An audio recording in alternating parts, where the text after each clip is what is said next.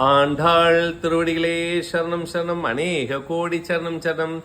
இன்றைய டாபிக் மிக மிக அற்புதமான டாபிக். இது ரொம்ப சராசரியான நம்ம தாய்மார்கள் கூட குழந்தைகளை திட்டுவாங்க, மண்டையை உடைச்சு மாவிளக்கு வைக்க போறேன்னு சொல்லுவாங்க.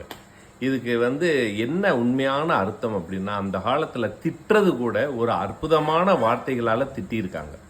என்ன அப்படின்னு சொன்னால், நம்ம ஞானிகளும் முனிவர்களும் யோகிகளும் ஆழ்வார்கள் நாயன்மார்கள்லாம் என்ன செஞ்சுருக்காங்கன்னா, தன்னுடைய சிரசில் இருக்கக்கூடிய கபாலத்தை திறந்து உள்ளே இருக்கக்கூடிய ஆத்ம ஜோதியை விளக்கை ஏற்றுவது அப்படிங்கிறது. மண்டையை பிளந்து மாவிளக்குன்னா மிகப்பெரிய விளக்கு.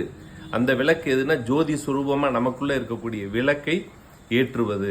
இதையே ஒரு வார்த்தையாக சாதாரண திட்டுறதா நம்ம தமிழ் சொற்கள் பாருங்கள் எவ்வளோ ஒரு அழகாக கொடுத்துருக்காங்க. மண்டையை உடைச்சு மாவிளக்கு வைக்க போகிறேன்னு தாய்மார்கள் பிள்ளையை கூட திட்டுவாங்க.